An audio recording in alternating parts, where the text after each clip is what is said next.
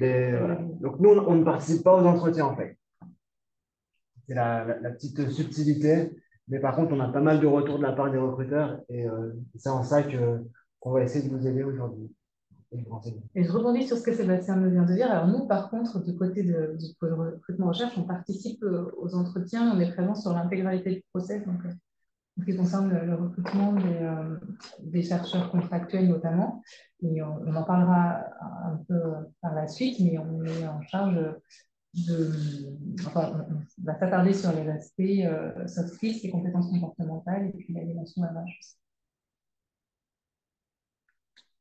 Donc, dans une première partie, on a prévu de vous présenter l'UGA en tant qu'employeur, parce qu'il est avant tout reconnu comme étant un établissement d'enseignement et de recherche, et un petit peu moins perçu comme un employeur, alors qu'on a aussi un gros volume de recrutement de personnel administratif et technique, en plus des personnes en soutien enfin, à la recherche et dans l'enseignement.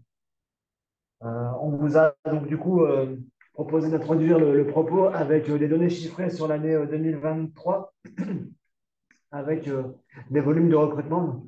Je vais te laisser Alors pour la partie, en ce qui concerne le recrutement des chercheurs et du personnel en appui au projet de recherche, sur l'année 2023, nous avons effectué 638 recrutements. Et du coup, sur d'autres types de recrutement côté enseignant-chercheur, donc il y a les contrats type ATER, où là, on a recruté 145 personnes. Euh, donc, c'est à la fois des recrutements et des renouvellements, c'est-à-dire que les renouvellements sont traités exactement comme des recrutements.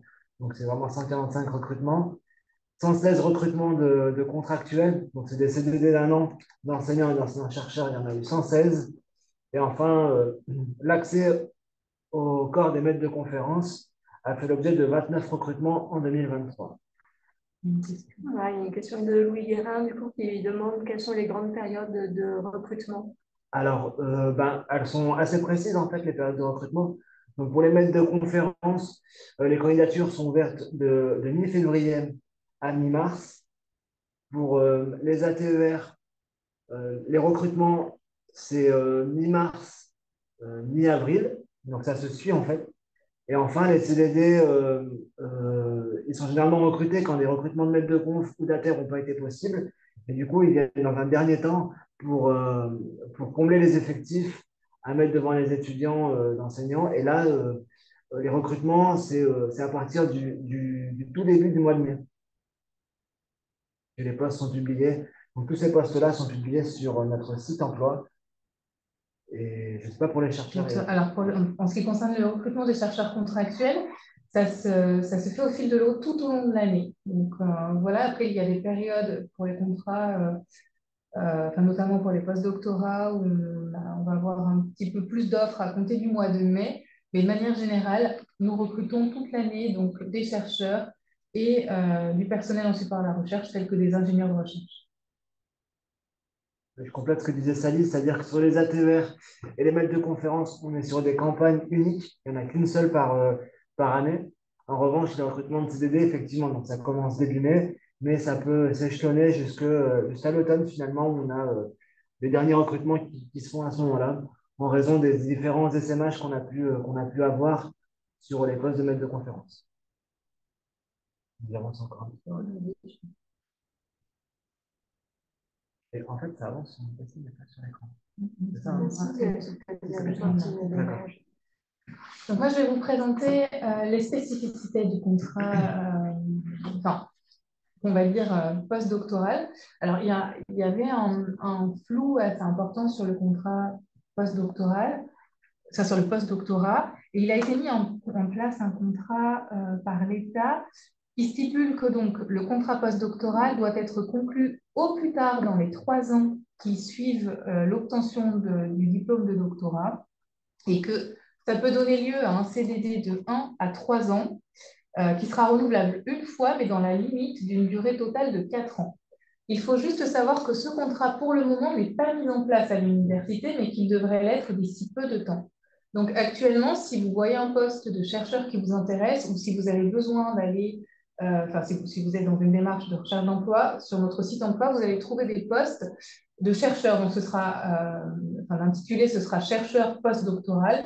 et c'est des postes qui seront accessibles dans la mesure où vous avez soutenu votre thèse. En ce qui concerne les activités, donc dans le cadre d'un postdoctorat, ce sont des activités de recherche exclusivement dans le cadre d'un projet retenu au titre d'un appel à projet. Et les offres de postdoctorants, vous les trouverez. Donc, comme je le disais, sur le site emploi de l'université, mais aussi sur les organismes de recherche publique, sur les sites des LABEX ou sur la fondation, l'association Bernard Grégory, pardon, ABG, et également sur Access et PhD Talent. Voilà. Après, pour ce qui est des contrats de projet, donc les contrats de projet, excuse-moi, il y a une question du coup, de savoir si le changement de nom impacte un changement d'emploi derrière entre le chercheur. Non, alors, enfin, c'est juste que le contrat va être mis à l'université, le contrat postdoctoral d'ici, alors je n'ai pas de date à vous communiquer, mais si vous postulez à un poste de chercheur postdoctoral, ça équivaudra en fait à un postdoctorat. Finalement, ça va être ce qui va distinguer on va distinguer le chercheur junior qu'on va considérer par abus de langage comme un postdoctorant et le chercheur dit senior qui a 7 à 10 années d'expérience. Mais dès lors que vous venez soutenir votre thèse, si vous vous positionnez sur un contrat de chercheur postdoctoral, cela sera considéré, dans votre carrière, si vous voulez, comme étant un postdoctorat. C'est juste que le contrat spécifique qui va être mis en place, il est réglementé et c'est ce dont je vous parlais au préalable. Si pas de CDI au bout de 3 ans. La question, c'est de savoir si ils pourront continuer plus longtemps en postdoc. Pas en postdoc. Alors, quand le contrat sera officiellement mis en place, la durée maximum, ce sera 4 ans. C'est-à-dire que vous pourrez faire cumuler plusieurs postdocs, mais dans la limite de 4 ans. Et actuellement, comme le contrat n'a pas été mis en place, il arrive que des personnes aient cumulé, alors on va dire par abus de langage du postdoctorat, parce que ça n'en est pas un proprement parlé, mais j'ai déjà vu des personnes qui ont cumulé, je sais pas, 4 ou 5 postdoctorats. Mais normalement, quand le contrat sera officiellement mis en place, ce ne sera plus possible. Hors circuit académique, non. Alors après, tout va dépendre de ce que vous allez souhaiter faire dans la suite de votre carrière. Et vous verrez que dans un second temps, on va vous présenter les carrières de conférences, enseignants, chercheurs. Donc, ce sera la partie de Sébastien. Mais ça ne veut pas dire ça. Ça veut juste dire que le postdoc, normalement, il concerne les personnes qui viennent tout juste d'obtenir leur diplôme de doctorat. C'est juste que ça signifie donc forcément, au bout de 4 ans de postdoc, vous ne serez plus considéré comme un jeune chercheur ou junior, et c'est juste que vous ne pourrez pas prétendre à un postdoctorat, encore une fois, dès lors que le contrat aura été mis en place. Après, vous aurez accès du coup à d'autres types de contrats sur des postes de chercheurs. Oui, c'est ça, c'est qu'il y aura d'autres types. Après, c'est vraiment juste une question d'intitulé. Oui. On en voit beaucoup des chercheurs qui cumulent des contrats sur des projets de recherche. Des chercheurs contractuels, oui. Ouais, c'est ça. Ou sur des postes de chercheurs. C'est vraiment un intitulé qui correspond en fait, au postdoc, peut-être que ce soit juste après l'obtention du doctorat. Mais tant que ce n'est pas mis en place, si j'ai souhaité faire le distinguo, c'était plutôt pour dire, voilà, aujourd'hui, vous pouvez répondre à toutes les offres, dès lors que vous voyez marqué chercheur ou même chercheur contractuel, les offres vous sont ouvertes. L'idée, c'est vraiment qu'aujourd'hui, on vous présente tout ce qui est possible de faire, et peut-être que vous aurez un autre regard sur les perspectives qui s'offrent à vous et la carrière, comment vous pouvez l'amener en fait. Donc, du coup, c'est pour ça qu'on est là aujourd'hui, pour vous montrer un petit peu toute la palette qui s'offre à vous au sein de l'UGA, en fait. Mais vous en avez, il y a d'autres contrats ailleurs en France aussi. Donc, voilà. On est là pour ça. Et donc, en ce qui concerne le contrat de projet, il est lié à la réalisation d'un projet. Il est de le minimum, la durée minimum d'un contrat de projet est d'1 an et sa durée maximum de 6 ans. Elle concerne toutes les catégories d'emploi, donc vous n'êtes peut-être pas familier avec la notion de catégorie d'emploi, mais on va dire qu'en ce qui vous concerne, La plupart du temps, quand on voit des personnes qui sont détentrices d'un doctorat et qui ne souhaitent pas nécessairement effectuer de la recherche, mais être plutôt en support à la recherche, on voit régulièrement donc, des personnes se positionner sur des contrats de projet, plutôt sur des postes au niveau ingénieur de recherche. Donc l'ingénieur de recherche, par contre, et ça c'est important de le distinguer, ce n'est pas un chercheur. L'ingénieur de recherche, il va travailler en support à la recherche, mais il n'y aura pas d'activité de valorisation de la recherche, de rédaction d'articles et de publication d'articles scientifiques. Le contrat de projet donc, prend fin à l'issue du projet. Et comme j'en parlais au préalable, pour être ingénieur de recherche, alors ça a changé, je ferai la modification, mais jusqu'à il n'y a pas si longtemps, il fallait être titulaire d'un doctorat. Là, ça a changé depuis janvier dernier. Il faut être détenteur d'un master voilà, pour pouvoir y prétendre. Mais comme je le disais, l'ingénieur de recherche n'est pas un chercheur. Et oui, c'est ce que je disais, pardon, j'avais indiqué qu'il fallait participer à la mise en œuvre des activités de recherche et qu'on n'avait pas le statut de chercheur dont je viens de parler. Et vous trouverez également toutes les offres des personnes en support à la recherche sur notre site emploi. Je viens de mettre le lien vers le site emploi du coup, dans le chat. Ouais, on va du coup passer à la slide suivante concernant l'UGR en tant qu'employeur pour les personnels enseignants qui se destinent à une carrière d'enseignant ou d'enseignant-chercheur. Donc, tout d'abord, je voulais vous présenter un petit peu les concours de maître de conférence. Donc, les concours de maître de conférence sont ouverts donc, aux titulaires du doctorat et qui ont été qualifiés par le CNU. Donc, le CNU, c'est l'acronyme de Conseil national des universités, qui est organisé en sections, en fait, CNU. Chaque discipline a une section CNU. Et quand on est recruté en tant que maître de conférence, donc, on a comme deux activités, deux missions, une activité de recherche et une activité d'enseignement à hauteur de 192 heures par an. Donc, les postes sont affichés donc, sur notre site emploi UGA, dont Marie vient de vous donner le lien, mais également sur le site Galaxy. Alors, sur Galaxy, il y a tous les postes de maître de conférence de toute la France qui sont publiés et vous pouvez notamment vous mettre une alerte en fonction de la section CNU qui vous intéresse. Donc, par exemple, si vous êtes dans le droit privé, vous pouvez vous mettre une alerte sur la section CNU 01 et tous les postes qui seront publiés dans cette section CNU, vous recevrez une alerte. Donc, ça, c'est plutôt pratique. Mais avant de pouvoir postuler, donc, il faut avoir soutenu son doctorat et avoir été qualifié par le CNU. Ce que je vous propose, c'est d'avoir mis un petit lien sur la campagne de qualification. Alors, malheureusement, elle est passée, mais elle pourra vous concerner pour l'année prochaine. Et je vais voir si ça fonctionne. Je vais partager. Donc, rapidement, je vais juste vous montrer la page web dédiée à la campagne de qualification pour les candidats. Ça fonctionne. Ouais. Donc voilà, pour la campagne 2024, les périodes, donc c'était du 21 septembre au 10 novembre, en sachant que les dates évoluent très peu d'une année sur l'autre. Donc en 2024, ce sera certainement troisième semaine de septembre, première semaine de novembre pour le dépôt des dossiers. Et donc, vous avez toutes les informations à consulter. Les pièces à fournir, en fait, en fonction de votre situation, vous avez des pièces à fournir dans votre dépôt de dossier et pour pouvoir être qualifié par le CNU. Donc, si vous êtes qualifié par le CNU et que vous avez soutenu votre doctorat, vous pouvez être candidat sur tous les postes en France de maître de conférence. Et voilà. Donc, une qualification, par exemple, en section CNU 01, comme je disais, permet d'être candidat sur tous les postes de maître de conférence en France. Donc, vous pouvez être candidat sur des postes en section 02, 03, enfin, peu importe. Mais du moment que vous êtes qualifié, ça vous ouvre les portes vers les offres de maître de conférence en France. Voilà, donc je pourrais peut-être vous mettre le lien. Si vous avez il y a le lien sur le PowerPoint, donc du coup, vu qu'il va vous être transmis, vous aurez le lien pour prendre connaissance de ces éléments et dès maintenant préparer votre dossier pour être qualifié si c'est une carrière de maître de conférence que vous avez envie de suivre.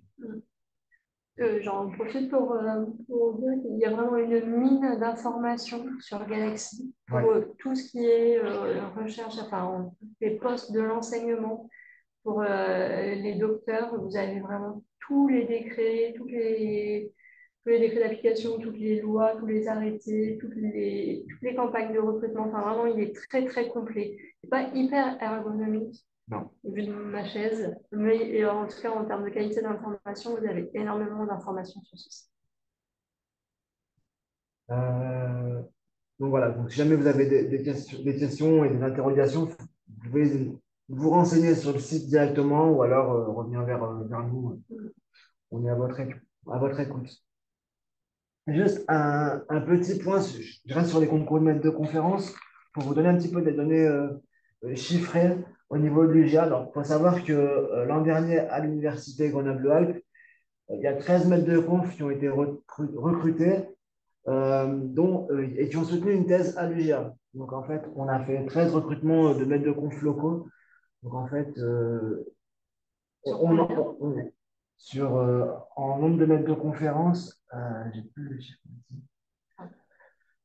ici. Sur 28, 31.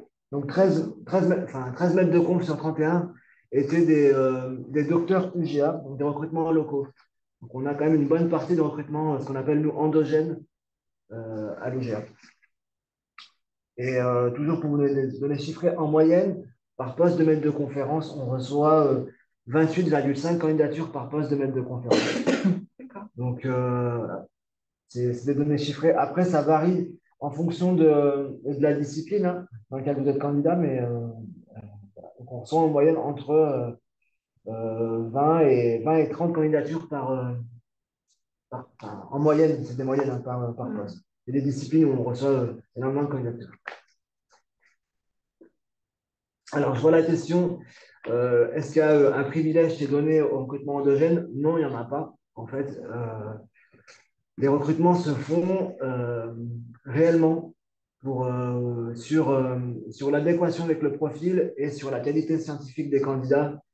Le lieu de soutenance de thèse importe peu et généralement, c'est plutôt des données globales qui vont être transmises à nos instances et à la direction de l'établissement pour leur dire voilà, le taux de recrutement endogène. Mais quand je vois qu'on est à 13 sur 31, on est sur un recrutement endogène qui est correct en fait, qui est logique.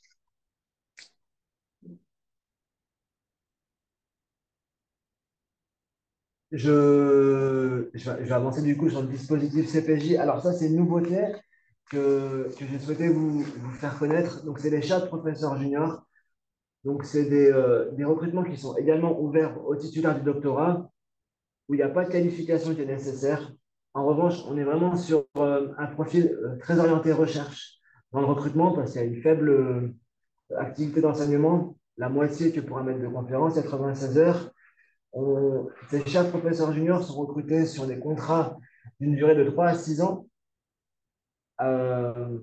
Et dans ce contrat, il y a des engagements à tenir où, à la fin de l'exécution du contrat, on passe devant une commission de titularisation qui, si toutes les conditions sont remplies et que vous avez accompli vos engagements signés dans le contrat, vous avez une nomination directement sur le corps des professeurs des universités. Et donc, voilà, sur ces postes-là, c'est vraiment des profils avec une excellence scientifique qui est recherchée. Et pareil, les postes sont publiés sur Galaxy et le site emploi pour y accéder. Donc, vraiment, c'est un dispositif nouveau. Ça va être la troisième session de recrutement national, la deuxième à l'UGA, parce que la première année, on n'a pas participé. Et voilà, c'est quelque chose de nouveau et qui gagne à être connu. Donc, si ce n'est pas chez nous, il faut se renseigner un petit peu, voir ce qui se fait ailleurs dans ces dispositifs de CPJ qui permettent d'être nommé directement professeur des universités. Merci. Donc là, c'était pour concrètement, que signifie d'excellence scientifique. En fait, les profils publiés ont une grosse partie recherche avec un domaine qui est très précis. On ne va pas être sur un profil qui va être forcément très ouvert. Et du coup, c'est parce que derrière, il y a des financements qui sont alloués au poste par l'ANR en plus de l'établissement. Donc, et ces recrutements-là aboutissent à un niveau PR. Donc, du coup, les attendus de la part des commissions de sélection qui sont constituées, on va dire, sont un peu plus élevés que pour un poste de maître de conférence, forcément. C'est pour ça, après, d'ailleurs. Oui, comme il n'y a pas de concours, la sélection elle se fait vraiment en amont, enfin, au démarrage du contrat. Et de mémoire, tu me dis si je me trompe, mais dans le contrat que signe le futur professeur junior, il y a vraiment des objectifs de publication, des objectifs de travaux de recherche qui sont assez précis. Et celui qui est sur cette chaire de professeur junior a comme un tuteur pour l'accompagner dans ses objectifs de recherche. Donc, parmi les objectifs, il y a par exemple, pendant l'exécution du contrat, il doit avoir soutenu sa HDR, il doit avoir fait un temps de publication, il y a ces choses-là qui sont écrites dans le contrat signé, comme avoir été porteur de projet, avoir obtenu des financements. Et ça, c'est des contraintes supplémentaires, mais qui permettent d'accéder à un contrat où d'ailleurs on est nommé professeur. Du coup, ça fait un petit peu le lien avec les contrats temporaires finalement. À moins que je réponde à la question. Alors, c'est pour valider le contrat CPJ, mais pour espérer obtenir la chaire, que faut-il faire, s'il vous plaît? Alors, pour ma part, le seul retour que j'ai eu, j'ai accompagné une personne qui est devenue, enfin, qui a obtenu une chaire de professeur junior. Et je pense que c'était vraiment par le biais de son réseau professionnel qu'il a pu avoir cette opportunité. Mais moi, c'est la seule expérience, c'est le seul retour d'expérience que j'ai. Ça ne fait pas une généralité, quoi. Et on a eu qu'une seule session de recrutement où on a publié 5 postes et il y en a que 4 qui ont été pourvus. Il y a eu un poste qui a été déclaré infructueux parce que justement la commission n'a pas trouvé le ou la candidate qui remplissait les conditions. Donc, pour obtenir la chaire, il faut être recruté, avoir signé ce contrat CPJ avec un établissement. Et ensuite, nous, on envoie auprès du ministère pour obtenir le financement de l'ANR. Mais en fait, c'est vraiment dans cette idée de correspondre à un profil recherché. On est toujours là. Limer des indices d'articles. Je ne comprends pas la question. Le nombre d'articles, non, en fait, et puis ça varie de disciplines. Il y a des disciplines où il faut publier beaucoup en termes de volume et d'autres où quelques publications peuvent être très impactantes. Là, j'ai pas de données chiffrées à vous donner. Je peux pas, enfin, ça dépend. C'est trop variable en fonction des disciplines. Je vais avancer un peu, non? Beaucoup de temps, ouais. Du coup, je suis désolé. Du coup, sur les contrats d'ATER, je passe rapidement. Du coup, c'est des contrats qui sont forcément d'un an, avec une durée maximale de 2 ans en tout dans sa carrière, sauf sur 2 articles de recrutement différents, les articles 2.1 et 2.3, où là, on peut aller jusqu'à 4 ans. Donc, c'est ouvert aux doctorants en dernière année de thèse et aux titulaires d'un doctorat. Donc, on a exactement le même service d'enseignement et de recherche qu'un maître de conférence. Les postes, ils sont également affichés sur Galaxy dans la rubrique Altaïr et sur notre site emploi. Et, ceux qui assistaient à ce webinaire auparavant, les autres années, nous ont demandé un petit peu des données chiffrées sur le salaire. Et du coup, voilà, le salaire d'un ATER à l'université, il est fixé par un décret, on ne peut pas y déroger. Et du coup, ça donne à peu près 2170 euros bruts par mois pour un temps plein. Ensuite, on a le contractuel, le CDD type enseignant. Donc là, on a uniquement un service d'enseignement à faire. C'est ouvert aux titulaires d'un bac plus 5 ou plus, hein, forcément. Mais le minimum, c'est d'avoir un bac plus 5. La durée maximale cumulée, elle est fixée à 3 ans. Et là, donc, le service d'enseignement est doublé. On est à 384 heures pour un 100%. Et là, les postes sont uniquement affichés sur le site emploi de l'UGA. Et vous avez également les données en termes de salaire et de rémunération pour ces personnes recrutées. Donc ça, c'est pour les CDD type enseignant où il n'y a pas d'activité de recherche, en tout cas contractualisée quand vous signez, mais ça n'empêche pas d'en avoir en plus. Et le dernier type de contrat temporaire qu'on vous présente, c'est le CDD type enseignant-chercheur. Donc on va être sur les mêmes services, pour un 100%, on va être sur le même service d'enseignement et de recherche qu'un ATR et qu'un maître de conférence. Là, il est ouvert co-titulaire d'un doctorat. En revanche, il y a une dérogation qui est possible quand on ouvre des CDD enseignant-chercheur à 50%. On accepte que les candidats qui sont en dernière année de thèse puissent être recrutés sur ces postes-là. Donc là aussi, les postes sont affichés sur le site emploi. Vous allez un peu plus vite là-dessus. Voilà. Donc, du coup, par rapport au post-doctorat, c'est des contrats qui peuvent se cumuler.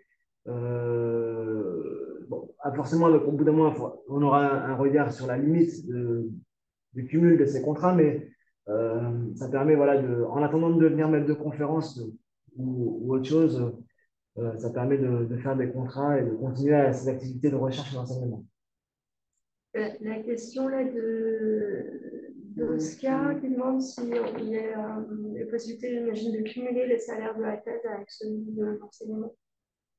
Non, on ne peut pas cumuler le contrat doctoral plus ces contrats-là. Même quand tu es pour les dernières années de thèse, du coup, ça se passe comment? En fait, il y en a qui préparent un doctorat sans avoir de financement. C'est pour ceux qui n'ont pas de contrat doctoral. Ouais. Ou alors, par exemple, ceux qui ont un contrat doctoral de 3 ans, finalement, la thèse prend 4 ans ou 5 ans pour être finalisée. Et ben, cette année en plus, ces 2 dernières années peuvent être soit financées par un contrat d'ATR, soit par oui, on ne peut pas par un cumuler CDD son à contrat 50%. doctoral avec un CDD dans l'enseignement. Ouais, impossible. Ça vient après, en fait. Donc, on a ces problématiques sur les contrats d'ATR qui commencent au 1er septembre et on a un bon nombre de contrats doctoraux qui se terminent le 30 septembre. Et du coup, généralement, on décale la prise de fonction d'ATR parce que je crois que c'est moins bien payé que le contrat doctoral.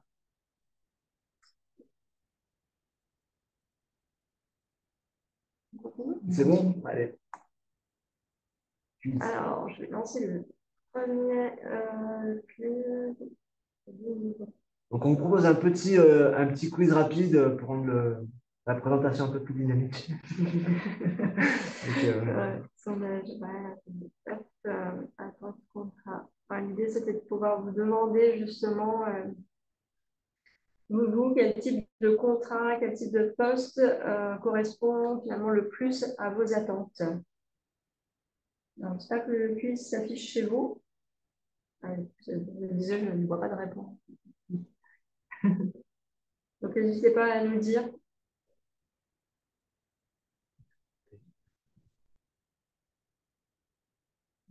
Plusieurs réponses possibles. Il y a plusieurs réponses possibles. Oui. Ouais.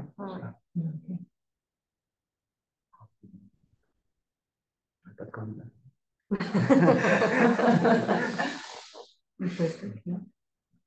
Oui, il y a quand même une majorité pour les post-doc finalement.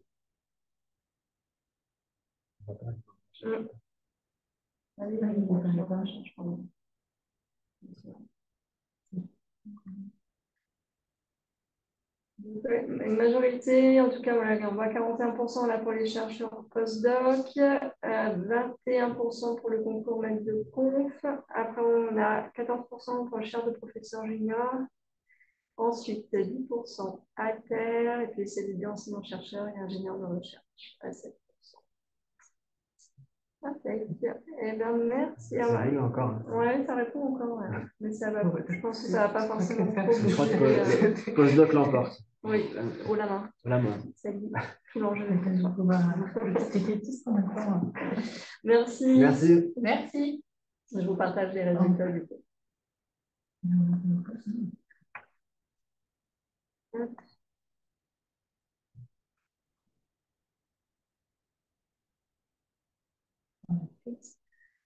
Donc, dans cette seconde partie, la seconde partie du webinaire, on va s'attarder sur qu'est-ce qu'on attend nous en tant qu'employeur. On a vu qu'une bonne partie d'entre vous se destinent en tout cas à être chercheur post-doctorant dans un premier temps.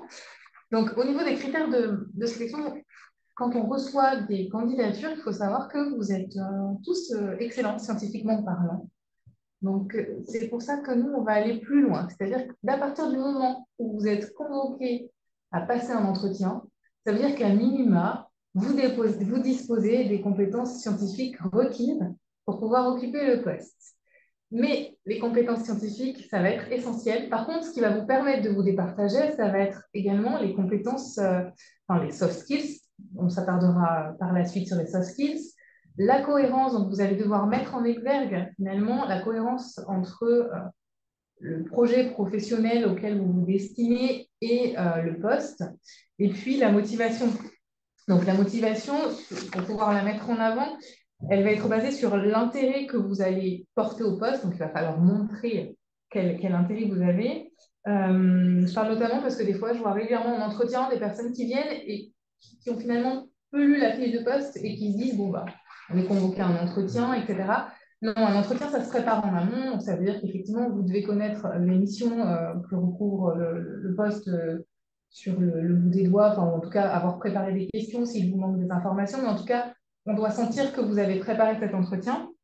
Vous devez aussi mettre en avant votre intérêt, que ce soit pour l'université ou la structure de recherche, donc, les laboratoires, ou le projet, en tout cas, pour lequel vous postulez. Et puis, votre capacité, enfin, votre volonté avant tout, pardon, à vous investir et votre capacité à vous projeter. Donc, voilà, on va vous... Enfin, juger, c'est pas le terme, j'aime pas le terme, mais en tout cas, on va pouvoir évaluer votre motivation au travers des différents critères dont je viens de vous faire part. En ce qui concerne, donc, j'évoquais la cohérence entre le poste et votre projet professionnel. Ça va impliquer de votre part de mener une réflexion sur votre projet professionnel et comment le poste que vous visez va s'impliquer dans une logique, enfin, dans la logique de votre projet. Donc, autrement dit, ça va être vraiment de mettre en avant la cohérence entre le parcours, le cursus que vous aurez suivi, le poste que vous ciblez et vos aspirations professionnelles. On doit sentir qu'il y a cette cohérence, en tout cas, que vous êtes en capacité de la mettre en avant et que vous n'êtes pas là par hasard. Et vous allez devoir donc le démontrer au travers d'éléments concrets qui nous permettra de faire la différence entre un candidat et un autre. Dites-vous toujours, finalement, quelle est ma plus-value? Qu'est-ce que je peux apporter? Quel est mon intérêt pour ce poste-là? Voilà. Je parlais des soft skills tout à l'heure, puis je vous ai dit qu'on y reviendrait. Donc, littéralement, c'est ce qu'on a appelé les compétences douces ou encore les compétences comportementales. Et comme je le disais, enfin, on les oppose, hein, ou pas, mais en tout cas, ce ne sont pas les compétences que vous avez pu acquérir dans le cadre de votre parcours académique, mais c'est plus des qualités dont vous disposez ou des compétences que vous avez développées, je vais y arriver, pardon, dans le cadre de vos expériences. Mais ça peut être tout type d'expérience, c'est-à-dire au cours de votre doctorat, dans le cadre privé, personnel, si vous êtes investi, je sais pas, dans des associations, si vous faites beaucoup de sport, enfin, toutes ces compétences comportementales, vous allez devoir travailler sur ces compétences pour pouvoir les mettre en avant et pour pouvoir convaincre. Je fais juste un petit aparté. Je vends mes services en même temps. C'est-à-dire que c'est pas toujours évident d'identifier ces compétences. Et sachez que le PhD Career Center propose des ateliers spécifiques pour vous aider à identifier vos compétences et vous aider à identifier vos soft skills.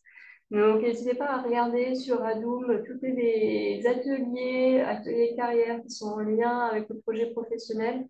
Vous avez notamment mobilisation vers l'emploi, vous avez job hunting, stratégie. Il y a l'atelier, mon doctorat, mes compétences, mon portfolio. Enfin, il y a des choses qui sont faites pour vous aider en tout cas à identifier vos compétences. Donc, restez pas tout seul avec des questions. Oui, comme le disait Marie, effectivement, vous avez la possibilité de vous faire accompagner et c'est important de mener cette réflexion-là. Ça vous servira de toute façon tout au long de votre carrière, parce que des entretiens, vous aurez certainement en passé plusieurs. Donc voilà, c'est ce qui fera la différence bien souvent. Et on va vous passer une petite vidéo donc, sur les soft skills et notamment, ben, voilà, ça va mettre un peu en avant ce qui est attendu par les employeurs et par nous, l'UGA, on ne fait pas exception. Ça fait partie aussi des compétences qu'on va attendre de vous.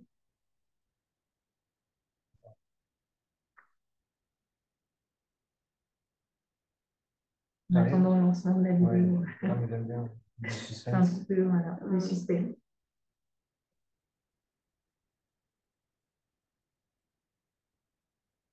Par contre, je suis pas sûr qu'il y ait du son. Ah. C'est bien. Je crois qu'il n'y a pas de Si son. ça marche. Il y a du son? Ouais.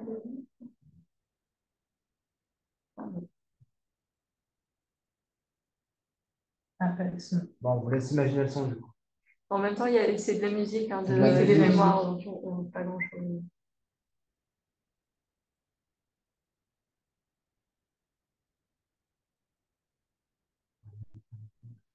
Le point qu'on se propose pour faire la musique.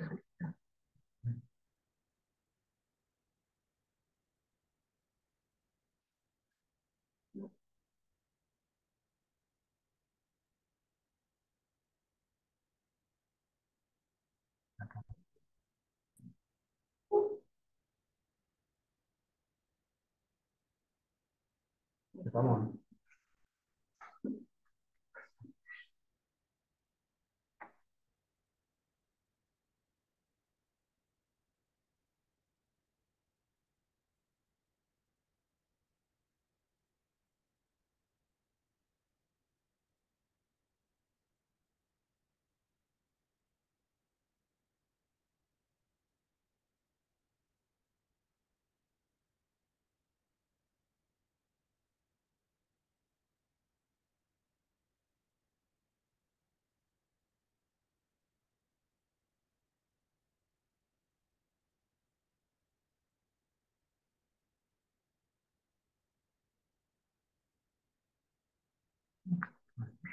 Soit vous aurez le lien pour pouvoir revisionner la vidéo.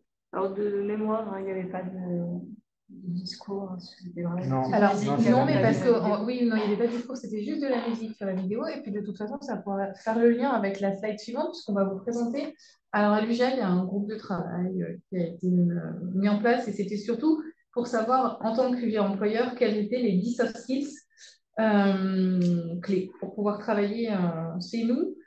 Je reviendrai après plus spécifiquement parce que là, c'est les soft skills de manière générale à l'UGA et il y a des soft skills que vous allez pouvoir vous mettre en avant du fait de votre parcours et de notamment des compétences, on va dire, qu'on retrouve et qui sont communes aux personnes qui ont effectué un doctorat. Donc, en tout cas, pour les 10 soft skills, le top 10 à l'université, ça va être l'adaptabilité, donc c'est l'agilité, l'intelligence de situation, ça va être la sociabilité, la capacité à aller vers l'autre, la bienveillance et l'écoute, le sens du collectif avec le fait d'être en mesure de s'intégrer à une équipe, la curiosité intellectuelle, donc ça, on ne doute pas que vous en fassiez preuve quand on se lance dans un doctorat, ça va de soi. L'autonomie aussi, c'est quelque chose qu'on attendra de vous, mais qui sera, on va partir du principe que vous l'êtes. Le sens des responsabilités, donc avec l'honnêteté intellectuelle, le sens du service public, le sens des contraintes, c'est la capacité à appréhender son environnement de travail et enfin le fait d'être en capacité d'être constructif. Donc là, je vous le disais, c'est les soft skills de manière générale et il y en a qui seront un petit peu plus spécifiques au profil de chercheurs qu'on va recruter.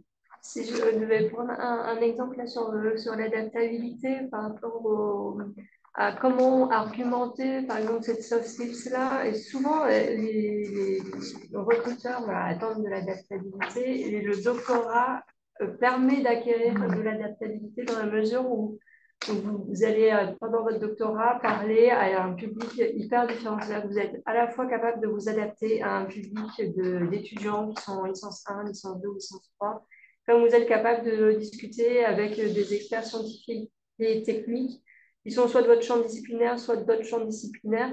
Et le doctorat, enfin le docteur en tout cas, a mis en œuvre sa capacité d'adaptabilité pendant le doctorat. C'est vraiment une des soft skills qui est la plus, comment dire, la plus reconnue par les recruteurs pour les docteurs. L'adaptabilité et puis l'autonomie aussi. Vous êtes quand même souvent amené à gérer tout seul votre thèse du début à la fin. Ouais, c'était juste pour illustrer. Oui, c'est bien fait. Ça fait, et puis en plus, après, je prends une slide. Et ce que dit Marie, ça fait parfaitement lien avec la slide suivante sur le fait du meilleur moyen de valoriser ses compétences, c'est justement les ramener à des exemples concrets. On ne la voit pas, c'est la suivante. Là. C'était bien parti. Ah, je Alors, pour valoriser effectivement ses compétences, alors que ce soit les soft skills ou les autres, en fait, les autres compétences, le mieux, c'est toujours de ramener ça à des expériences, à justifier vos compétences en se rapprochant, en fait, des choses que vous avez faites concrètement et ça viendra illustrer votre propos, notamment en entretien. Donc, c'est vraiment quelque chose qu'on vous invite à faire. Oui, et puis du coup, enfin, prolonger ce que Sébastien est en train de dire, c'est de toute façon toutes les expériences, et je crois que je l'ai dit tout à l'heure, que vous avez pu vivre, mais que ce soit dans le cadre de votre doctorat, dans le cadre de votre parcours académique, mais aussi tout au long de votre vie. Donc, toute expérience est bonne à prendre, est enrichissante, et vous a permis de développer des qualités qui sont prisées par les recruteurs. L'idée, voilà, ce n'est pas de se décréter, on ne se décrète pas autonome ou adaptable ou constructif. L'idée, c'est de venir argumenter derrière. Qu'est-ce qui me permet de dire aujourd'hui que oui, je suis autonome, que oui, je suis constructif. Alors, ce que disait Salim me fait penser à quelque chose que lors de vote de classement des comités de sélection que j'ai vu l'an dernier, où il y avait la candidate classée de première avait une très forte expérience enfin pas une expérience, mais un gros vécu dans le monde associatif, notamment pour le spectacle vivant en fait.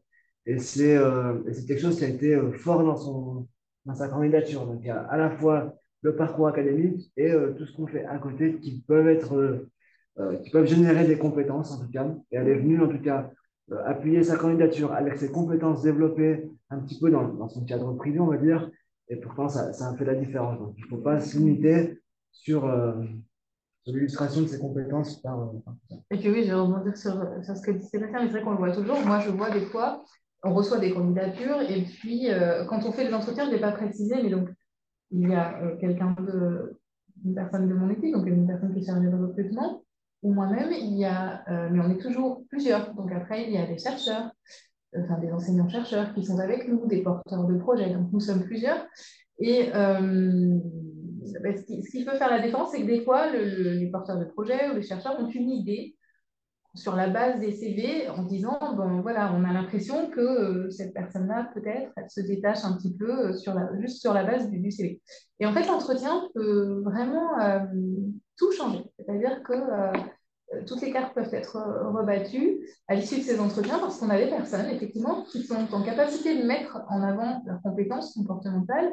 Et voilà, on voit qu'elles ont préparé l'entretien. En termes de motivation, on voit que les personnes ont réfléchi, elles savent où elles ont envie d'aller, elles sont en capacité de mettre en lien leur expérience et les attentes que l'on a pour le poste. Voilà, donc c'est aussi bien se connaître, c'est mettre en avant, comme le disait Sébastien, enfin, les compétences qu'on a pu acquérir même en dehors, dans le cadre de sa vie privée. Mais tout ça, ça fait vraiment la différence, ça peut vraiment faire la différence. Et comme le disait Marie, il ne suffit pas non plus d'arriver en disant je suis autonome, je suis ci, je suis ça, on le voit régulièrement, mais on va quand même vous questionner, on va chercher à savoir voilà, qu'est-ce que l'autonomie pour vous et est-ce que vous pouvez illustrer la façon dont vous avez pu faire preuve d'autonomie. Bon, l'autonomie, c'est peut-être pas le meilleur exemple choisi, puisqu'on part du principe même que si vous avez fait un doctorat, vous avez nécessairement été confronté, enfin, vous avez dû faire preuve d'autonomie, mais voilà. En tout cas, il faut pouvoir illustrer et ça peut faire la différence vraiment. Voilà, on va redire des choses un peu, mais on avait fait un peu un focus sur les compétences transversales qui sont un peu communes aux personnes étant titulaires d'un doctorat. Donc, l'expertise scientifique et technique, la gestion du changement, l'adaptabilité, la capacité d'analyse et de synthèse, le sens des responsabilités, le fait d'avoir pris des responsabilités, la capacité à porter ou gérer un projet. Donc ça, c'est important parce que vous le retrouverez souvent dans les postes, cette demande-là, cette compétence-là. Les compétences linguistiques aussi peuvent faire la différence. La curiosité intellectuelle, l'aisance relationnelle, le fait de persévérer. Très souvent, quand vous êtes passé vous passez par le doctorat, vous avez dû faire preuve de persévérance. Donc, tout ça, ça va être important de se poser avant un entretien et de se dire qu'est-ce que j'ai pu développer en termes de compétences et qu'est-ce que je vais pouvoir mettre en avant. Pardon. Ouais, pour compléter, en tout cas juste pour... il y a, sur le site du collège doctoral, vous avez un onglet projet professionnel sur lequel vous avez tout un article sur les compétences professionnelles des docteurs et les compétences professionnelles acquises pendant la thèse. Et je vous invite vraiment à lire cet article et surtout à télécharger un guide qui s'appelle le guide des compétences, qui a vraiment pour vocation à vous aider à identifier toutes les compétences transversales que vous avez pu acquérir pendant la thèse. Donc ça, c'est un outil qui est hyper aidant. Donc si vous n'avez pas le temps de participer à un atelier collectif sur l'identification des compétences, pensez à télécharger ce petit guide. Il est vraiment hyper aidant et super bien fait. Voilà. On peut le trouver. On peut le trouver où? Je vais essayer de vous mettre le lien dans le chat.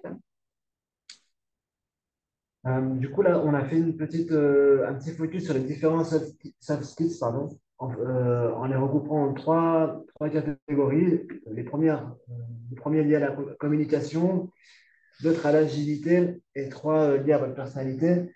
Ce qui peut être intéressant, c'est aussi en fait, dans la préparation, par exemple, d'un entretien, de se dire, parmi ces compétences-là, dans lesquelles je me retrouve et où est-ce que et comment je peux les illustrer quand je vais être présent en entretien pour convaincre le jury, en tout cas le jury que c'est moi la bonne personne en tout cas. Donc, ce qu'on vous invite à faire, c'est effectivement, donc vous aurez le support, donc de prendre cette liste-là et peut-être à chaque fois dans comment vous avez, vous, démontré ces compétences-là à travers ce que vous avez eu comme expérience. Pas toutes les lire, quoi. Non, quelques-unes peut-être.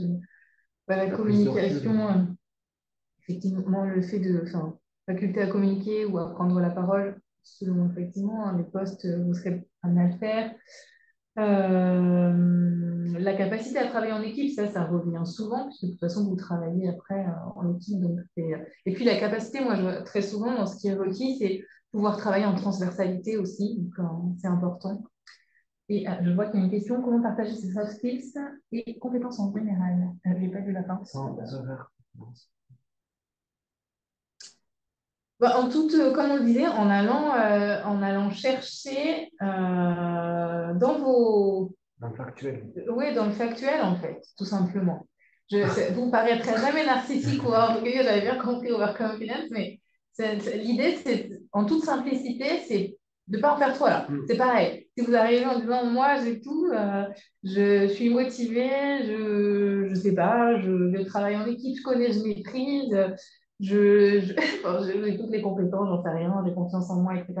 C'est pas ça. C'est dans l'approche, en fait, vous allez amener les choses, mais simplement. Déjà, la première chose, c'est que sur l'offre d'emploi à laquelle vous allez postuler, il y a une partie sur les compétences. Alors, vous avez les compétences scientifiques et très souvent, il y a une partie sur justement les soft skills. Donc, vous, la première question en amont que vous allez devoir vous poser, c'est quelles sont les compétences que j'ai pu développer moi et qui sont vraiment requises pour ce poste-là. Donc, après, c'est de vous interroger en vous disant, moi, j'ai cette compétence, mais comment je peux démontrer que je l'ai? Donc, c'est tout simplement en allant chercher dans vos expériences les moments où vous avez pu mettre en œuvre ces compétences et en parler simplement en disant, voilà, moi aujourd'hui, j'ai telle compétence parce que. Et c'est toujours pouvoir se justifier. Je sais pas, je sais, la gestion du stress, je sais gérer le stress parce que quand je faisais mon doctorat, j'ai eu à gérer ça, ça, ça, ça, ça. Et j'ai réussi malgré tout à pouvoir surmonter le stress de par mon organisation, de par ci, de par ça, etc. C'est juste aller chercher des exemples concrets, mais l'idée, c'est de se mettre en avant en toute simplicité et d'admettre, voilà, on vous demandera aussi très souvent, parce que la contrepartie de ça, c'est quels sont vos axes d'amélioration. Donc, vous devez tant vous interroger sur vos compétences comportementales que sur aussi vos limites et dire, là, je vois, j'ai des axes de progression dans tel ou tel domaine. Donc, en tout cas, ça ne paraîtra pas orgueilleux. Et puis, je pense qu'il y a aussi une posture, une manière d'amener les choses. Voilà, je sais faire ça parce que c'est toujours être en capacité de justifier et pas dire effectivement je sais tout faire et je suis le meilleur. Je ne sais pas si j'ai répondu à votre question. Du coup, je peux apporter des précisions si besoin.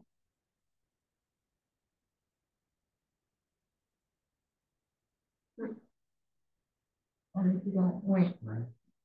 Ben, c'est la bonne façon de procéder. C'est la bonne façon de procéder de toute façon. Et Et puis, c'est vrai, enfin, toi, Marie, tu peux aussi Oui, peut-être non, et accompagner les puis ce que je gens voulais sur... ajouter, c'est que de toutes les façons, dans une situation d'entretien, de recrutement, vous êtes là pour vous vendre. Donc, forcément, on attend de vous que vous parliez de vous sans être orgueilleux ou narcissique ou quoi. Mais je veux dire, c'est le moment de mettre en avant ce que vous avez fait. Ça n'empêche pas de rester humble dans la façon de présenter les choses. Mais voilà, l'idée, c'est quand même bien obligé de parler de vos réalisations, quoi. Je crois que sur les points d'amélioration, s'il faut donner des exemples, je crois que si vous ne les donnez pas, on vous les demande, on vous les demandera. Donc, Non, alors oui, alors, les axes d'amélioration, c'est pareil. Effectivement, on peut donner un exemple. Moi, ce que je vous conseille quand même, c'est l'axe d'amélioration, il doit être quand même toujours tourné d'une manière un peu positive. Si vous dites que, voilà, je dis n'importe quoi, mais par exemple, demain, vous occupez c'est un postdoc, mais vous savez que vous allez devoir travailler avec pas mal de monde, peut-être aller au-devant des gens pour chercher des informations, ce genre de choses.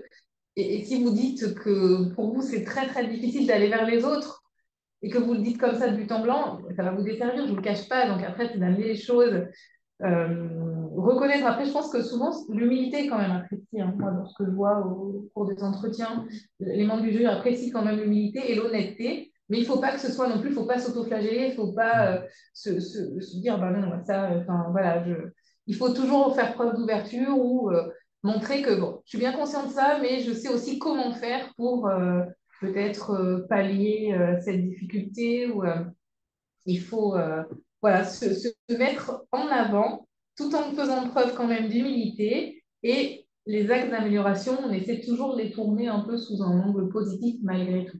Il y avait une autre question. D'accord, je suis désolée, je dis en même temps. Sur toutes les balles, quoi alors Je recommanderais de parler des axes d'amélioration comme différence entre les compétences actuelles et celles désirées. Je me débrouille pas trop mal, mais j'aimerais atteindre ce niveau-là. Oui, après, ça peut être une piste aussi. Je n'ai pas répondu à la question d'avant, alors j'ai déjà. Enfin, mais, ah oui, pardon.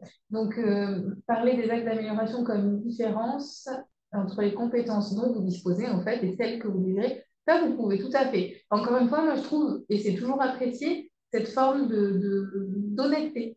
Elle est, enfin, 100% du temps, c'est apprécié parce que on voit qu'il y a une réflexion qui est menée en disant, ben, moi, aujourd'hui, j'estime que je dispose de telles compétences, mais voilà ce à quoi je tends et voilà les moyens que je mets en œuvre pour y parvenir, finalement.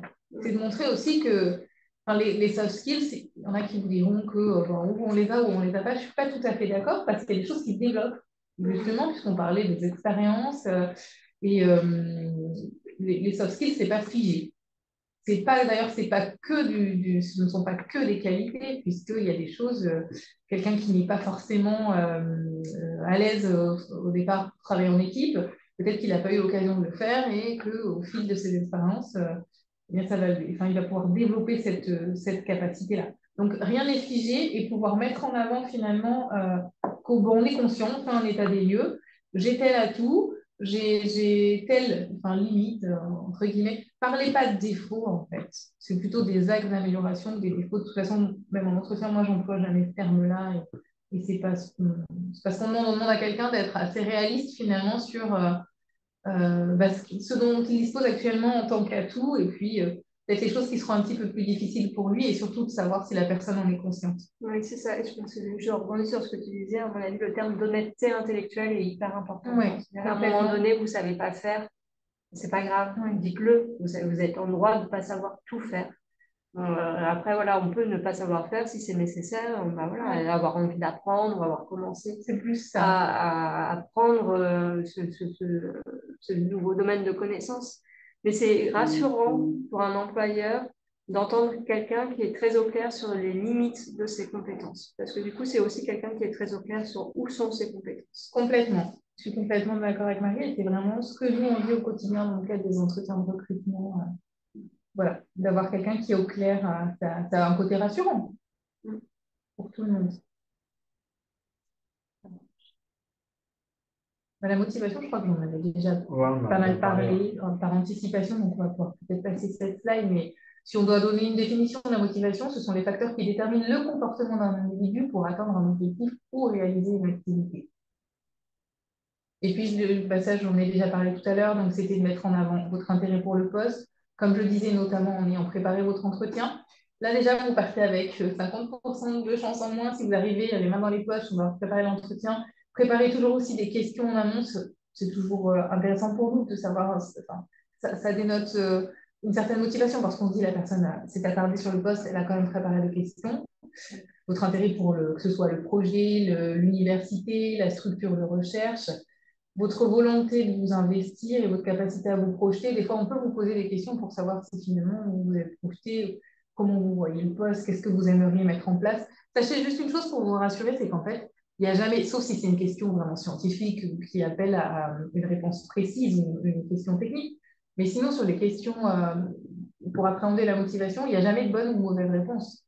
C'est simplement de voir que vous avez des idées, vous vous êtes projeté, vous vous êtes intéressé, vous avez préparé. Et voilà, en termes de motivation, il n'y a pas de bonne réponse, enfin pas de mauvaise réponse, pardon. Mais oui, il n'y aura pas de mauvaise réponse. Par contre, une mauvaise réponse, ce serait quelqu'un qui arriverait les mains dans les poches. Et ça, à la limite, ça passe toujours mal, mais sinon, dès lors que c'est préparé. Pardon, excuse-moi, c'est de dire ce que mais il est important aussi, tu parlais de préparer des questions, et ça c'est vraiment super important. Ce temps d'entretien, c'est pas un temps uniquement descendant où il y a le recruteur et en dessous le candidat, quoi. C'est vraiment un temps d'échange où bah, vous aussi, vous êtes là pour valider finalement que ce poste, il vous correspond et il vous convient. Donc c'est vraiment aussi le moment de poser des questions, de s'intéresser à l'équipe, à l'organisation. Et que toutes ces questions que vous allez poser, bah, finalement, ça vient montrer un intérêt pour le poste, quoi. Donc, il ne faut vraiment pas hésiter à poser des questions. Et en plus, plus vous posez de questions, moins c'est vous qui parlez. Donc, tactiquement, c'est pas mal. C'est pas mal. Mais enfin, l'idée, normalement, c'est qu'on doit quand même plus vous entendre, vous, que nous, dans le jury. Normalement, vous êtes censé parler la plupart du temps. Mais en tout cas, oui, ce que j'allais dire, et ça rejoint ce que disait Marie, c'est qu'il faut que vous imaginiez ça comme un échange. De toute façon, en général, quand on introduit les entretiens, souvent, on parle d'échange. Un entretien, c'est pas juste descendant. Enfin, on ne va pas vous poser des questions. Oui, non. Vous pouvez poser des questions, vous pouvez prendre des notes, rebondir sur ce qu'on a pu dire, demander je sais pas, des renseignements complémentaires. C'est vraiment un échange. Dans l'idée, après, on peut être un peu nombreux, ça peut être déstabilisant, mais ça peut être aussi stressant pour les gens qui sont de l'autre côté. Il faut savoir, je veux dire, c'est un échange avant toute chose, un entretien, et c'est de se dire finalement, est-ce que ça match des deux côtés? Est-ce que vous avez envie de venir travailler avec nous? Et puis nous, est-ce qu'on arrive à se projeter avec vous? Donc, c'est vraiment un échange. Sur les fiches de poste, que ce soit côté appui à la recherche ou enseignant, vous avez toujours des contacts qui sont identifiés sur la fiche de poste. Donc, pour préparer votre entretien, vous pouvez aussi prendre contact avec ces personnes qui sont identifiées sur les fiches de poste et qui sont là pour vous expliquer un petit peu plus des contours de chaque poste. N'hésitez pas. Pas hésiter. Il y a de la redite par rapport. Enfin, vous avez déjà expliqué ça. Oui, parce qu'en fait, on a déjà parlé un peu en amont, mais on va passer rapidement sur cette slide. Donc, c'est toujours dans la continuité de la motivation. Oui. Je lis juste s'il y a des nouveautés par rapport à ce qu'on a dit précédemment, mais préparer des questions. Donc, ça, on en a parlé. Oui, le non-verbal, on n'en a pas parlé. Donc, attention, on voit souvent en entretien, moi, je vois des gens, très souvent, c'est le non-verbal, je ne vais pas dire que ça prend le pas sur le reste, mais c'est très important. J'ai des gens, on donne souvent cet exemple-là, mais qui vont dire je suis dynamique, mais ils me le disent en mode je suis dynamique. Et du coup, j'ai du mal à le croire, ils ne sont pas percutants. Pardon. Mais je plaisante, mais parce que je le vois souvent. Et du coup, on a du mal à se dire bon, ben, voilà, t'es pas très cohérent, finalement, il faut être cohérent. C'est l'idée. La posture, c'est pareil. Enfin, on évite on a une posture quand même professionnelle, ça reste un entretien. Le contact visuel, ça, c'est un petit conseil. Si jamais vous avez en face de vous 4-5 personnes, ne fixez pas juste une personne ou ne regardez pas la table. L'idée, c'est vraiment quand même de pouvoir regarder chaque membre du jury à un moment donné et d'échanger avec chaque personne. Parce que ça aussi, ça peut vous porter préjudice finalement. Et puis surtout, de bien identifier. Donc, on se présente généralement au début de l'entretien, de bien identifier qui est qui pour pouvoir poser vos questions à la bonne personne, c'est toujours mieux et ça montre que, voilà, moi, si par exemple, vous me croisez en entretien et que vous me posez des questions scientifiques et que vous posez les questions RH à l'enseignant-chercheur qui est à côté de moi, je vais dire, bon, c'est pas tout à fait fermé qui est qui. Je plaisante, mais dans l'idée, il y a quand même un peu de ça, juste se dire, bah, on a bien identifié les interlocuteurs, on néglige personne, et puis on part du principe que l'entretien, de toute façon, avant l'entretien, c'est déjà l'entretien. Dès lors que vous mettez un pied, vous savez que l'entretien a déjà commencé avant même finalement que on ait commencé à poser des questions. Il faut adopter cette posture professionnelle dès le début. Voilà. Ouais, puis juste pour parler du non-verbal, je crois qu'on parle de 80-20. Il y a 80% des messages qui passent par le non-verbal et 20% par le verbal. Et alors, je ne suis pas sûre que ce soit ça, mais si c'est 70-30 ou 80-20, quelque chose comme ça. 80-20. Et donc, c'est énorme. Et c'est pour ça qu'un conseil, c'est essayer d'être le plus spontané et le plus naturel possible, en fait, en entretien. Parce que c'est vrai que le stress a tendance à un peu figer, comme ça, la posture et les gestes. Voilà, alors je sais que ce n'est pas toujours évident, mais un peu de respiration avant d'y aller et de se lancer. Et dites-vous bien voilà, que si votre meilleur allié pour les entretiens, en tout cas, c'est vraiment d'être naturel. Pas hésiter à sourire aussi. Oui, à sourire, à regarder tout le monde. Et puis, quelque part, comme je le disais, enfin, voilà, dites-vous, oui, c'est un entretien, mais avant tout, c'est un échange. Vous rencontrez des gens, vous allez pouvoir nous poser vos questions, on va pouvoir vous poser des questions.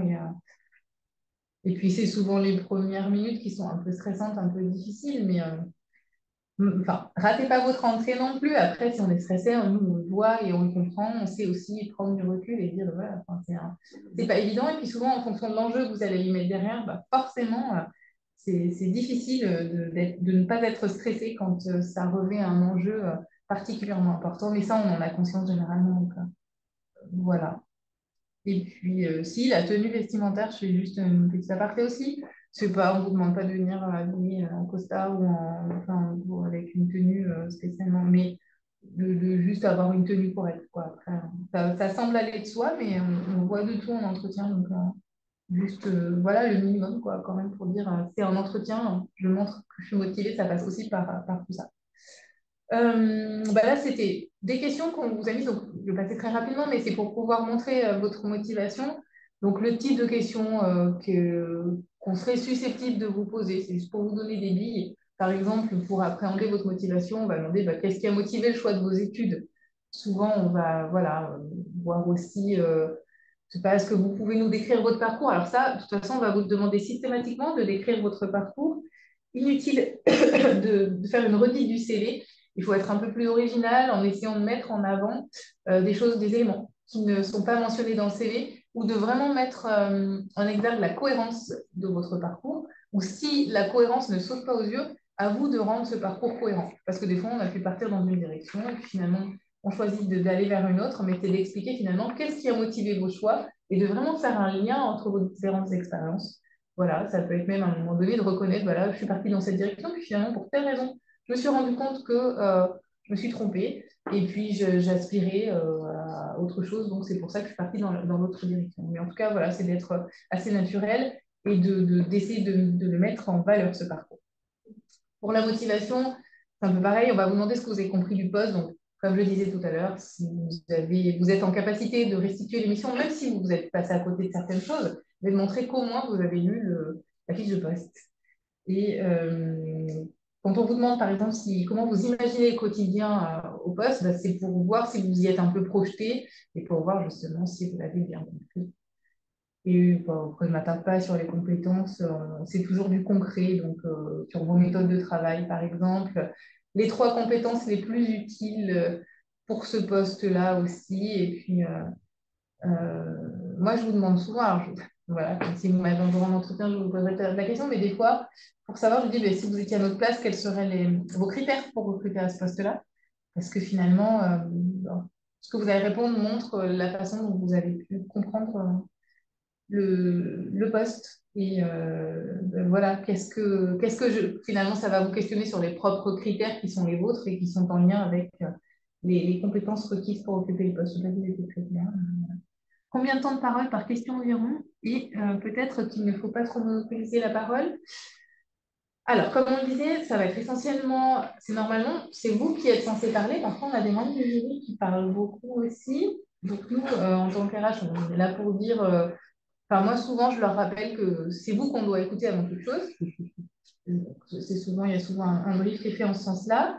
Il n'y a pas de temps qui est imparti. Et puis, j'ai envie de vous dire que c'est très candidat dépendant, parce que j'ai des candidats, parfois, qui peuvent mettre 20 minutes à répondre à une question. Donc, je leur annonce quand même le déroulement de l'entretien au départ. Donc, je passe sur 45 minutes. Par exemple, il va y avoir 5 à 10 minutes pour se présenter. Le reste, c'est un temps d'échange. Si vous mettez 20 minutes pour répondre à une question, ça va juste limiter le nombre de questions qu'on va pouvoir vous poser.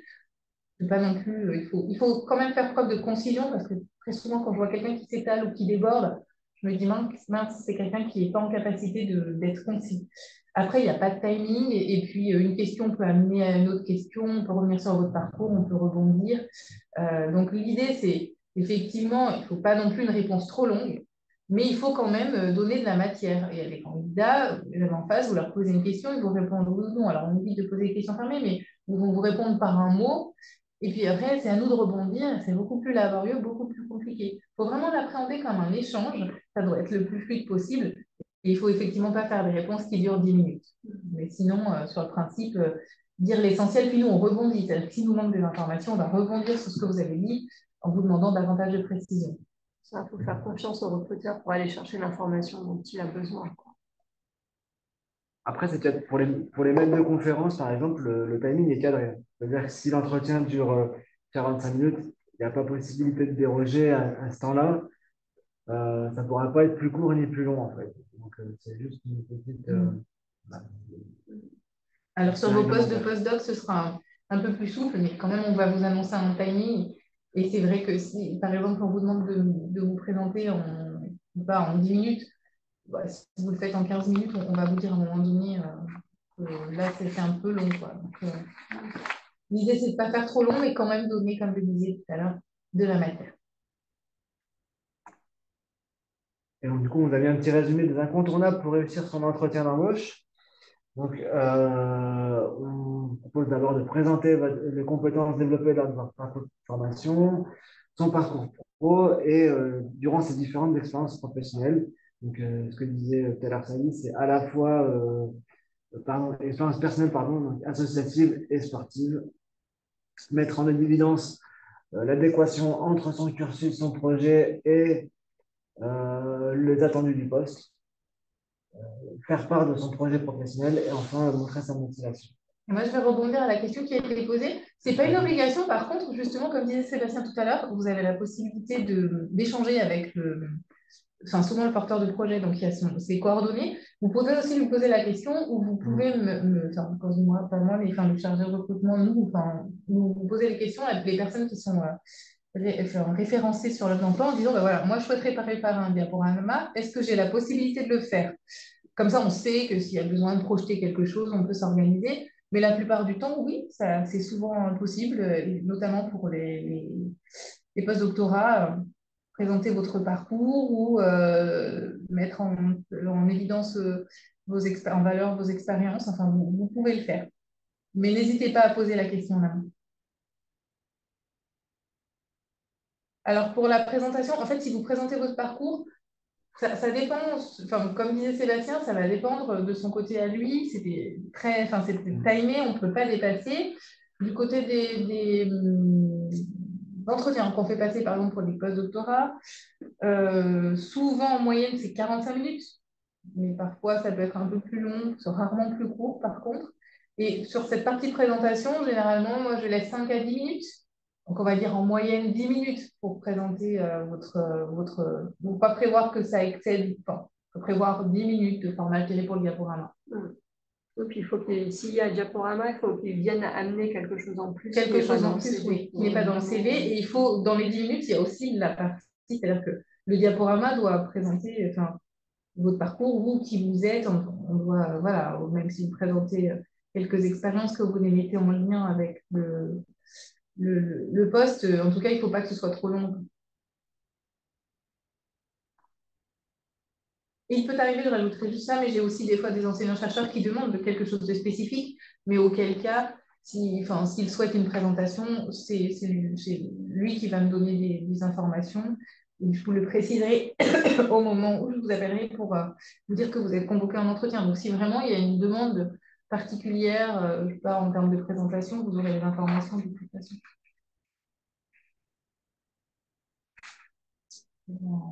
Voilà. On arrive à la fin. On arrive à la fin, donc on vous laisse avec les 10 commandements. C'est pas la Alors, en premier commandement, donc, tes points forts et tes axes d'amélioration, tu listeras. Donc là, ça fait partie de la préparation. Ton projet professionnel, tu définiras. C'est pareil, c'est en amont. Ton CV, tu rédigeras. La lettre de motivation, tu n'oublieras pas. Alors, la lettre de motivation, il faut savoir que aujourd'hui, vous lirez souvent que ça n'a plus trop d'importance, etc. Ça dépend. Moi, je vois sur certains recrutements, quand il n'y a pas de lettre de motivation, j'ai les autres membres du jury qui me font la remarque, pourquoi ce candidat n'a pas envoyé la lettre de motivation? Donc, dès lors qu'on vous la demande, rédigez-la. Et puis, ce sera jamais mal vu d'en rédiger une si on vous la demande. Voilà. Il faut éviter de la faire rédiger par ChatGPT. Ouais. On est d'accord. Des résultats, tu présenteras. Des résultats, tu présenteras. Ouais. Donc, des choses concrètes, chiffrées. L'entretien, tu prépareras. Bah, ça, je pense qu'on l'a dit et redit. Sur le poste, tu te renseigneras. Donc, c'est ce qu'on disait, ne pas hésiter à contacter les personnes qui sont identifiées comme contact pour le poste et même avoir la curiosité d'aller voir la structure qui recrute, que ce soit le laboratoire ou une laboratoire plus composante. Ne pas hésiter à aller se renseigner sur les projets, les axes de recherche, les thématiques, le projet de laboratoire en cours et du coup, comment votre candidature s'inscrit là-dedans, dans ce projet-là. À l'heure, le jour de l'entretien, tu arriveras et les jours suivants.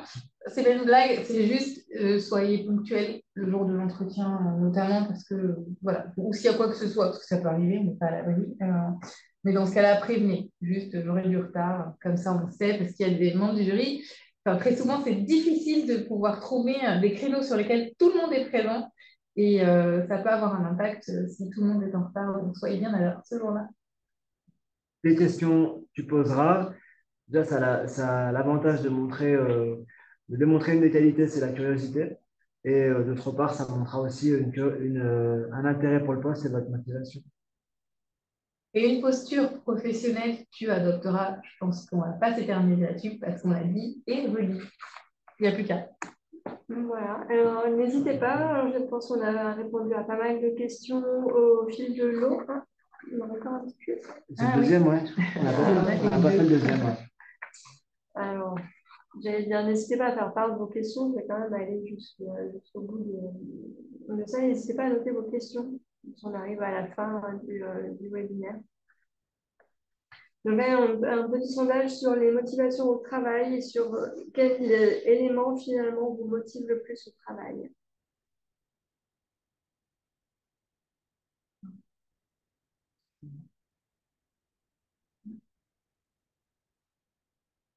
Dans les résultats. Quand vous parlez de présenter des résultats, il s'agit de résultats scientifiques. J'ai dit le tout début de la présentation des ESS. Déjà été mentionné. Nous n'avons pas des choix multiples, cette question? Oui. Ah non, choix unique. J'ai mis choix unique, pardon. Pour les résultats. Ah ouais. L'idée étant d'identifier celui qui vous motive le plus au travail. Alors, je vais dire, enfin, parce qu'il y avait une question. Quand on parlait de résultats, en fait, les résultats, c'est plusieurs choses. Ce sont effectivement les résultats, enfin là, ça va être les résultats scientifiques, ça va être ce que vous avez pu mettre en œuvre dans le cadre de votre thèse. Et puis après, globalement, ce qu'on a dit tout au long de l'entretien, c'était d'apporter des éléments concrets, quoi que vous mettiez en avant, que ce soit une compétence scientifique ou une compétence comportementale, c'est toujours avec quelque chose de concret à l'appui. Et donc, en général, tout le monde est bon sur les 10 commandements, ou est-il vraiment possible de distinguer des concurrents? On les remet les 10 commandements, je vais voir si c'est sur quoi on peut les distinguer. Non, généralement, tout le monde n'est pas très bon. Non, tout le monde n'est pas très bon. En plus, ça, c'est vrai. Mais non, bah alors, là où j'ai envie de vous dire, là où vous allez pouvoir vous distinguer, c'est vraiment sur la préparation en amont, parce que c'est loin d'être le cas tout le temps. Je pense que, comme je le disais tout à l'heure, on voit quand même régulièrement des personnes arriver un peu les mains dans les poches. On n'a pas trop vu le contexte, le poste, le projet. Et puis, voilà, donc peut-être qu'il y en a qui partent du principe que c'est du tout cuit. Non, c'est jamais du tout cuit. Ce que je disais tout à l'heure, c'est que parfois, on peut avoir sur le papier une petite idée du classement et parfois, le classement n'a plus rien à voir à l'issue des entretiens. Donc, à partir du moment où vous êtes convoqué à un entretien, c'est que vous avez toutes vos chances. Et ce qui fait la différence, je pense que c'est vraiment la préparation en amont et puis la cohérence, la motivation, quoi. C'est de montrer en quoi vous êtes motivé. Posez-vous la question finalement, quel est votre plus? Qu'est-ce qui va faire la différence entre vous et un autre? Qu'est-ce qui peut faire la différence si vous avez quelqu'un qui a les mêmes compétences scientifiques, même si ce ne sera jamais exactement pareil, mais qu'est-ce qui pourrait vous permettre de vous démarquer? Je vais répondre du coup à la question qui a été posée sur les chances d'être recruté en tant que maître de conférence. Ce qui peut faire la distinction, déjà, ça va être, c'est assez basique, hein, mais c'est l'adéquation au profil. Généralement, c'est vraiment ce qui est déterminant. Parce qu'il y a une première sélection qui est faite sur le dossier où tous les candidats qui sont pas en adéquation avec le profil enseignement et pas en adéquation avec le profil recherche, généralement, ils sont écartés à ce niveau-là. Donc, il y a un premier tri à ce niveau-là, c'est-à-dire qu'on vérifie l'adéquation avec les deux profils de poste, enseignement et recherche. Et ensuite, il va y avoir effectivement la nécessité d'avoir déjà effectué des heures d'enseignement dans le supérieur. Il y a un candidat qui va arriver qui n'aura jamais été face à des étudiants dans le cadre de sa préparation de doctorat. C'est rare, hein, je n'en ai jamais vu, mais du coup, ça va être compliqué d'être en adéquation avec le profil d'enseignement, forcément. Et, euh, et après, il y a des éléments qui peuvent faire la différence pour, pour valoriser un dossier. Bah, ça va être, par exemple, d'avoir eu, je sais pas moi, d'être lauréat d'une bourse ou quelque chose comme ça, des travaux de recherche qui ont eu un impact un petit peu dans la discipline. Et c'est ça qui va faire la différence. Après, le nombre d'articles, ce n'est pas forcément le chiffre qui fait la différence, mais ça va être l'impact des articles plutôt. En fait, si c'est des revues à comité de lecture ou ce genre de choses, là, on va être. Ces choses-là qui sont regardées. Donc, ça, c'est des indicateurs qu'on demande, mais ça ne fait pas forcément tout. C'est à la fois l'adéquation aux deux profils. Est-ce qu'on a déjà une expérience? Est-ce qu'on publie? On est actif en termes de publication. Et voilà. Et après, donc nous, on apporte une grosse vigilance auprès des comités de sélection pour leur dire de faire attention aux interruptions de carrière en raison voilà, d'interruptions pour différentes raisons. Et aussi sur des candidatures qui arriveraient en fait, de faire un prorata entre le nombre d'années après le doctorat, enfin, le nombre d'années après la thèse et, par exemple, un candidat qui arrive qui a 40 ans et un autre qui arrive qui a 30 ans, par exemple, en termes de nombre, on n'a pas le même nombre de publications, mais peut-être qu'en taux de production de scientifiques, voilà, c'est ces choses-là qui sont plutôt regardées.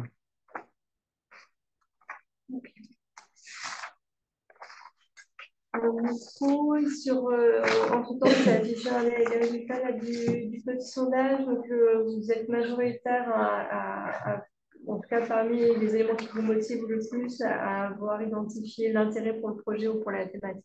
C'est assez rassurant pour les gens qui ont envie de voir. Surtout que ce qui est rassurant, c'est de voir la rémunération arriver en dernier. Arriver à l'UGK. Ils ne feront pas de commandes. Ça marche. Y a-t-il d'autres questions, des points sur lesquels vous souhaiteriez avoir des précisions? Est-ce que c'est bon pour vous?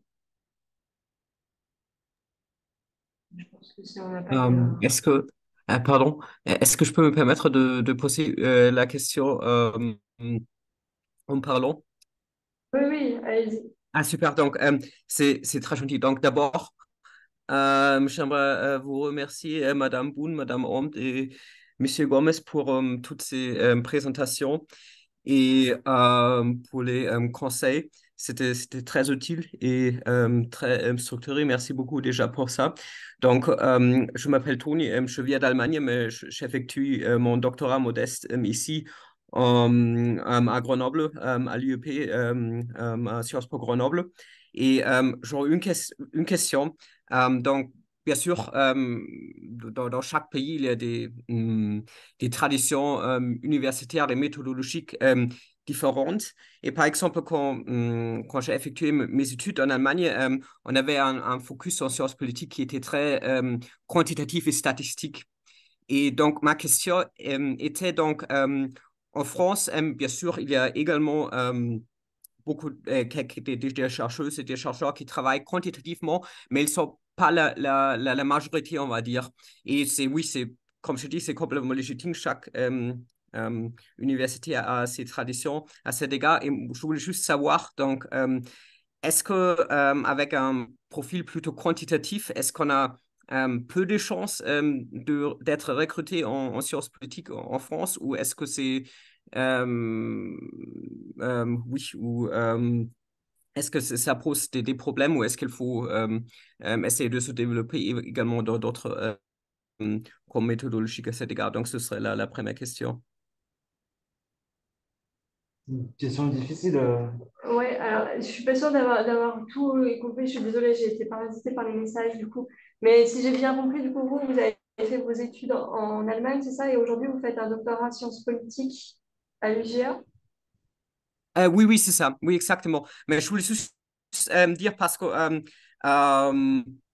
dans mon parcours est un peu différent parce qu'en Allemagne, notre formation était un peu différente parce que ça s'est focalisé plutôt sur des méthodes quantitatives statistiques, alors que ici, il y a une focus plutôt sur des approches qualitatives. Donc, et je voulais savoir si avec un autre profil, on va dire, si on peut potentiellement également réussir à être recruté en sciences politiques en France, ou est-ce que c'est très difficile avec ce profil? Après, moi, ce que j'ai envie de vous répondre, c'est que ça va être à vous de valoriser cette différence-là et de montrer quel apport ça peut avoir sur le poste auquel vous répondez.